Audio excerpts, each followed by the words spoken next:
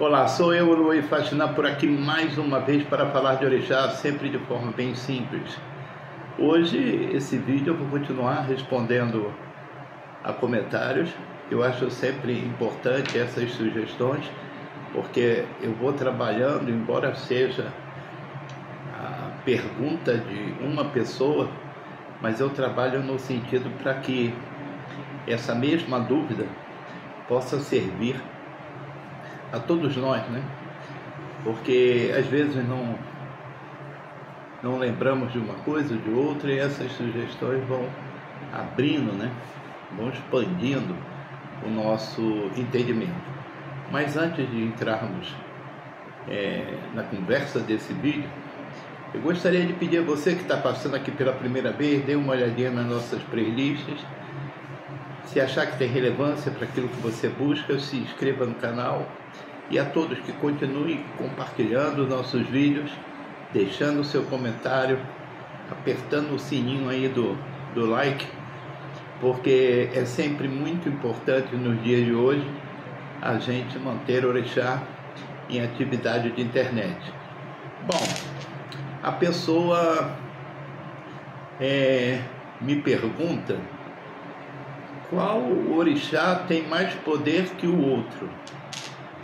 E eu achei importante, né, a pergunta. A pessoa, né, não é iniciada orixá, mas tem simpatia, procura sempre estar olhando, lendo, assistindo vídeos. E aí eu achei importante realmente essa pergunta, e é sobre isso que nós vamos falar. Bom,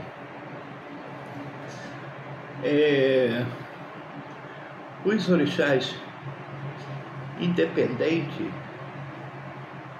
daqueles que nós conhecemos aqui no Brasil, porque são muito mais do que ficou estabelecido aqui no Candomblé do Brasil, eles são iguais, eles têm a mesma importância. Não há diferença entre um e outro. Aquilo que entendemos como diferença, né, em orixá, é quando você fala de Ogum, por exemplo, estabelece ali uma relação masculina do homem. E quando você fala de Oxum, você tem ali a referência do feminino de uma mulher, né? Então é a base singular que a maioria das pessoas entendem, né? Orixás masculinos como homem e orixás femininos como mulher. Mas na verdade tudo isso, né, toda essa espécie de confusão acontece na interpretação do mito, né? Acontece lá na interpretação do mito, né? Onde Ogum é aguerrido, é o homem que vai à luta, sabe?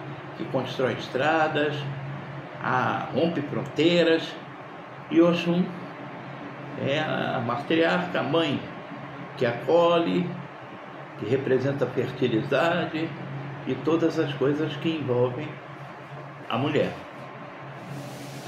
E os arquétipos ainda trazem uma série de confusões, né? Porque as pessoas pegam esses arquétipos e trazem para si,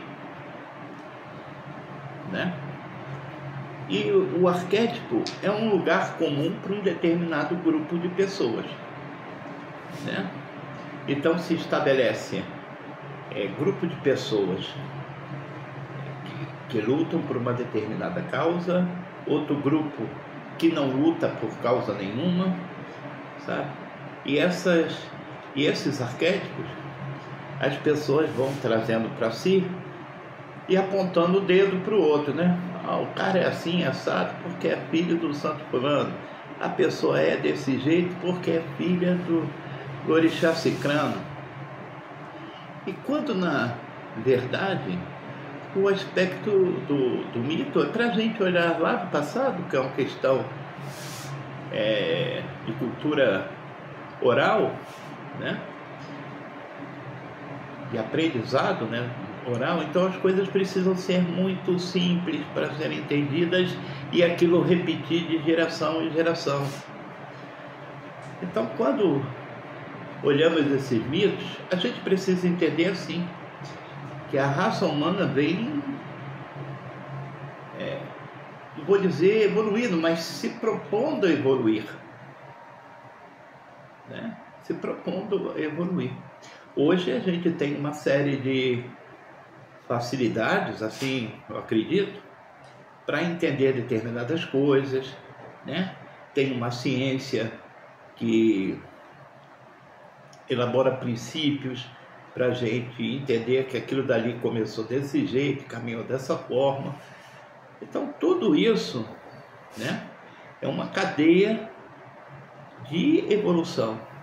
E quando você aponta para uma determinada pessoa um arquétipo, que é uma questão da oralidade, né, daquilo que foi transmitido através da palavra, do verbo, é lá atrás, muito lá atrás.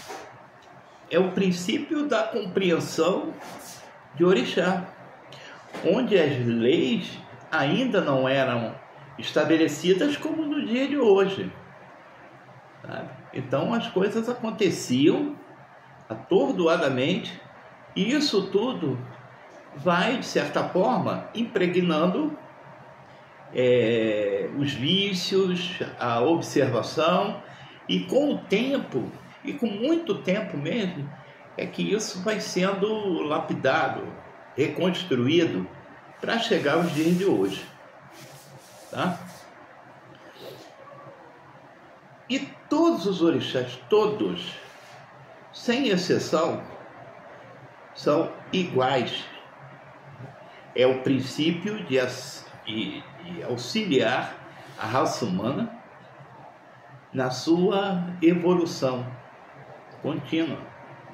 Então, todos eles têm essa base para nos colocar caminhando adiante, sempre impulsionando. Aliás, sempre nos impulsionando. Quando você pega o masculino e transforma isso em homem, né? Você está vivendo toda essa trajetória patriarcal que se vive até os dias de hoje, sabe? Onde a submissão do feminino, e esse feminino nesse caso é a mulher, sabe? Vai ficando cada vez mais evidente, sabe? Quando se perguntou para Orunmila, né, se era errado o homem ter mais de uma mulher ou mais de uma esposa, né? Se isso era errado. E Orunmila disse assim: olha, quando o homem tem mais de uma mulher, elas vão rir dele. Dá para entender? Então, Orunmila diz que a importância, sabe, nas relações afetivas, elas estão ligadas à construção de um ambiente sem conflito, sem confusão, sabe? Então, quando o homem tem mais de uma mulher, ele cria um conflito. Ele trai duas pessoas. Ah, mas a outra sabia. Não, ele trai duas pessoas. E essas se unem para destruí-lo.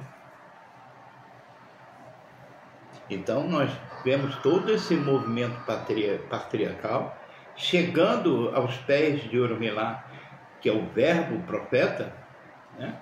E ele distingue essas coisas, dizendo: se você tem uma pessoa, né, essa pessoa precisa, junto contigo, construir algo importante para a família. Isso lá atrás. Para os dias de hoje, Orumilá tem essa mesma palavra, já a gente, num outro entendimento, sabe? Que o homem que vive maritalmente com dois homens, isso vai dar problema. A mulher que vive maritalmente com duas mulheres, vai dar problema. E assim é a cadeia evolutiva do entendimento. Lá atrás, Orumilá falava do homem e da mulher, que o mundo era patriarcal nesse sentido. O homem tem razão, o homem que manda, ele faz o que quer. A coisa vem evoluindo e hoje a gente consegue compreender o que o Orumilá disse lá atrás para esse momento atual. Então, quando se fala de feminino e masculino com relação ao orixá, são energias. Uma energia do feminino, do poder feminino, ela se adapta com muito mais facilidade a uma mulher. Mas isso não quer dizer que o homem não possa receber essa energia e ter essa sensibilidade, e vice-versa. Então, o orixá, ele nos impulsiona, independente qual seja o orixá. E para os dias de hoje, é importante perceber, tá, que não existe conflito, guerra no universo orixá. Não existe, sabe? As guerras, as confusões, somos nós que criamos, tá? E o orixá, tanto masculino quanto feminino, estão aqui para intervir, para falar: pô, vamos parar de bobagem. E aí o que acontece? Quando essa pessoa pergunta se tem mais poder, é porque com certeza ela que não é iniciada, sabe, mas gosta das histórias, da religião, dos princípios, ela percebe naquele que dá o exemplo, né, os iniciados que vão dar o exemplo para os de fora, esse conflito, sabe? Essas pessoas que dizem assim: você vai ver, se eu não tiver Ogum na cabeça, sabe? Ou se eu não tiver o Oxum na cabeça, e começam a trazer arquétipos, sabe, para si e aplicar a tudo ao redor, sabe? E isso vai tornando uma maluquice, e o orixá deixa de ter a importância que é, né, que deveria ter para aquela pessoa, para ser um sujeito oculto, maligno, desleal, covarde, que age, sabe, ao pedido desse maluco contra alguém. Ou a pessoa traz para si esses arquétipos e se julga superior às outras. Eu já escutei coisas assim: não, fala baixo aí que meu pai de santo é de Ogum, o cara é brabo, e ele está dormindo lá e não gosta de ser incomodado, senão ele levanta. Sabe como é que é, né? Ogum acordando no susto. E aquilo me chocava. Lá atrás, hein? Tem muitos anos. Aliás, eu estou velhinho, tem 1 bilhão de anos isso. E essa coisa, tá, que a gente, ou algumas pessoas, julgam natural, tá, é o processo de descrença, de destruição, sabe? De uma religião, de uma cultura, de uma filosofia importante para reeducar a sua vida. E transforma isso numa bagunça, sabe? Onde esses orixás guerreiam, matam uns aos outros, sabe? E seus filhos, né, os iniciados, são aí grandes cobradores, viram obsessores, sabe? Em cima do outro que ele considera frágil por ser do orixá tal, tá? Às vezes eu fico perplexo com algumas atitudes, né? Quando a pessoa está conversando comigo, mas o senhor sabe, né? Eu sou de tal orixá. Ele não consegue conversar de pessoa para pessoa, ele não tem outro assunto, sabe? Ele não fala de política, ele não fala de futebol, ele não sabe, olhar no mapa onde fica tal lugar, porque a conversa dele é uma só, é de poder, ou supõe que tenha poder e quer enfiar isso garganta abaixo de todo mundo. Então, pô, eu não lido com esse tipo de situação. A gente na religião dos orixás tem que lidar com pessoas, né? Independente da sua condição física, tá? Independente do gênero, independente de todas as coisas ruins ou boas que aquela pessoa fez. O princípio da religião dos orixás, lidado com o sacerdócio, precisa ser de integração, de impulsionamento da vida para melhor daquela pessoa, tá? Mostrar, sabe, com clareza aonde há a possibilidade dela estar errando, ou os erros dela já foram seus, e você consegue aconselhar de forma afirmativa quais são os caminhos que ela precisa seguir sem tropeçar em mais nada. Então, todos os orixás são importantes.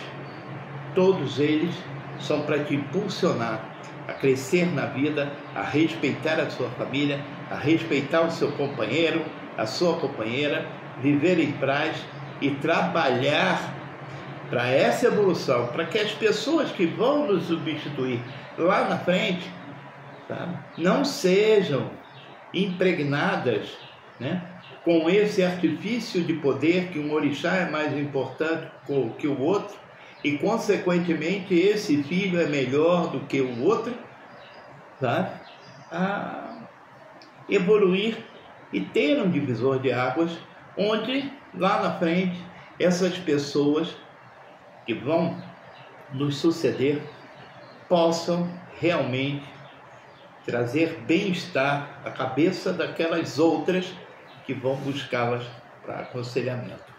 Axé, muito obrigado, gente.